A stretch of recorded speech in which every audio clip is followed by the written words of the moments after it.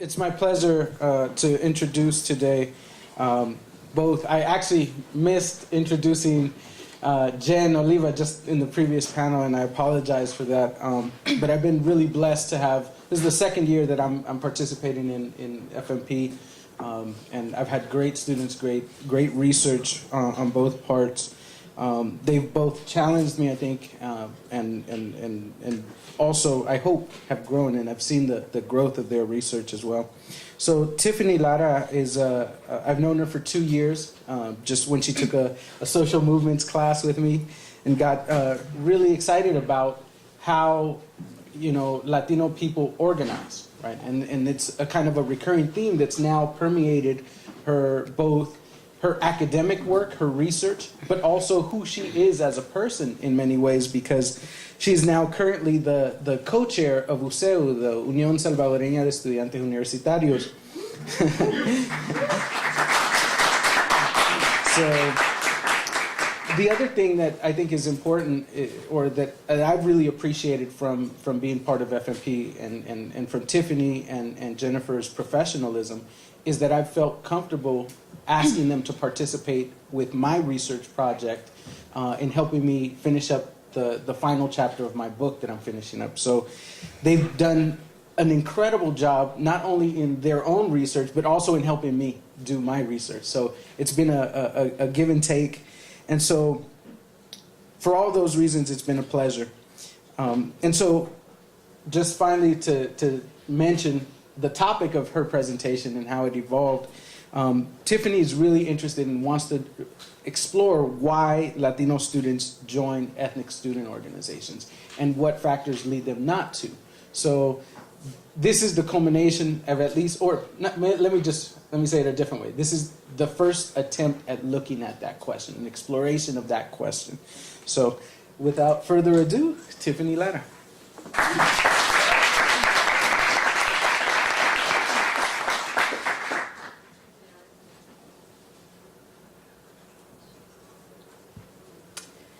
Thank you, Professor Perla, for that wonderful introduction. Again, my name is Tiffany Lara. I'm a major in Latin American Latino Studies with a minor in education. The title of my presentation is Factors That Lead Latinos to Join Ethnic Organizations.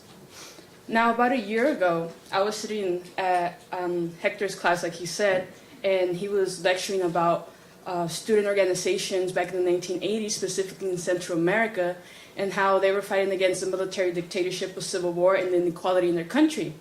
And this was interesting to me because I thought, many of them were being persecuted and tortured, so why were these students still joining these organizations? And also seeing that these students back then were my age now. So, I thought that because of that, also they came to the United States. Many of them settled down, had their families here, and those children became the first generation Latino here in the U.S. And I realized that I am part of that first generation. So because I'm also accessible to the Latino community here at UCSC, I decided to focus my research at, in Santa Cruz, specifically on campus. And I wanted to know why Latinos join organizations. If we're not fighting the military dictatorship right now, if we're not fighting the Civil War, why are we joining these organizations? This is what led to my research question. What are the factors that lead Latino students to join ethnic organizations? Within the concepts and theories, this is how I focus my research, is personal identity. How students ethnically define themselves in this institution, and the social identity theory, which is when they go into organizations that they have been interested in, how do they form this big social identity into one? This is what we see as the ethnic organizations. Imagine communities. What do they develop? They develop a sisterhood, a brotherhood, a sense of family in here, in this institution. They bring something that's outside of this campus, bring it in to form a home in here. The way I did my data and analyzed it was by passing out 26 surveys, but I only received 18 surveys back. 22 short answer questions that specifically asked ethnicity, hometown, if they felt welcome at UCSC.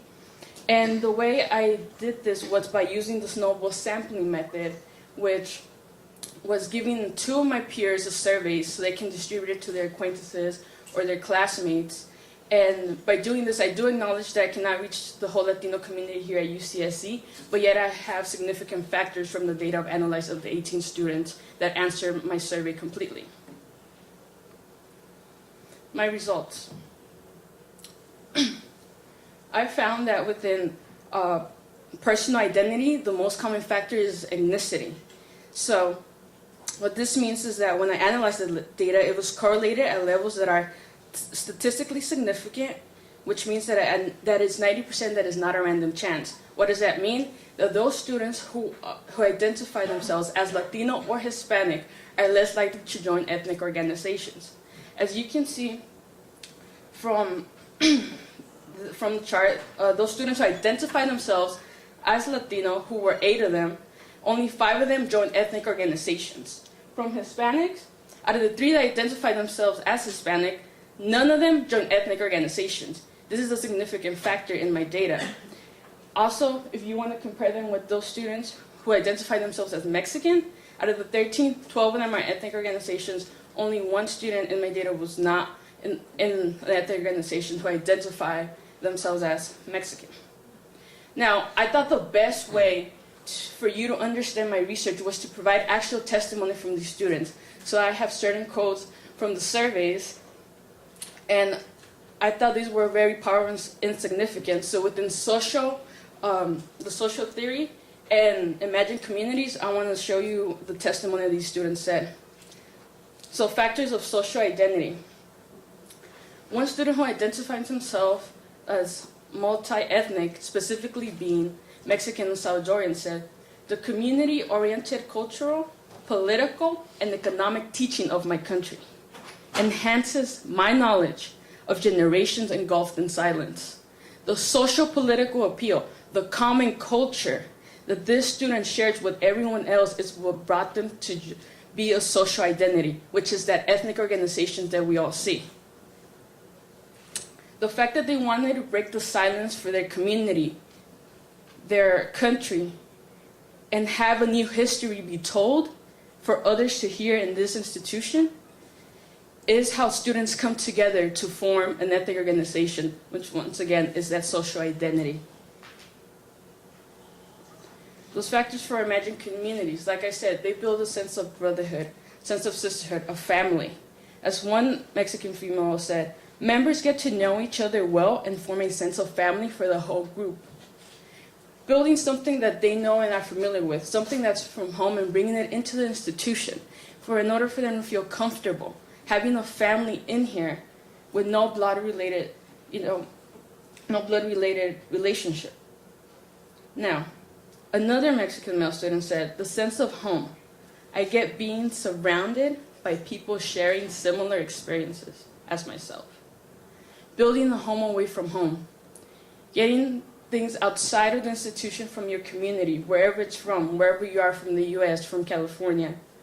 Bringing them all into this institution, tying it together, and forming a home to feel comfortable, to have a free space where you can go and discuss your history, go and discuss ethnically, who you are and what you are as a student here at UCSC.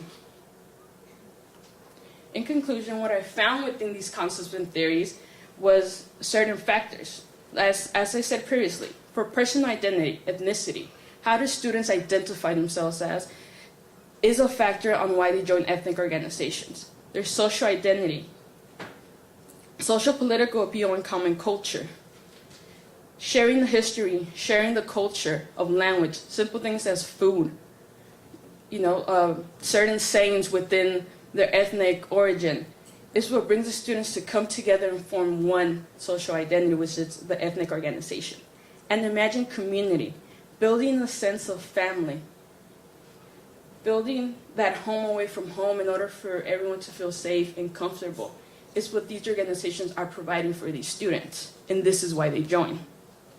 Now, within my project, I did find certain limitations. Because my sample was not big enough, I would like to redistribute the survey in future research to reach a greater Latino community at UCSC.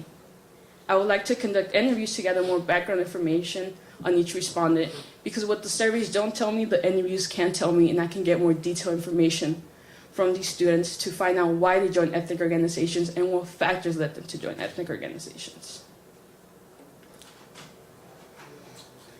The importance of my research and why I write is for those Latino students to seek resources on campus, for them to be visible and have their voices be heard and demand the things that they need from this institution as Latino students, as a Latino community. Who I write for?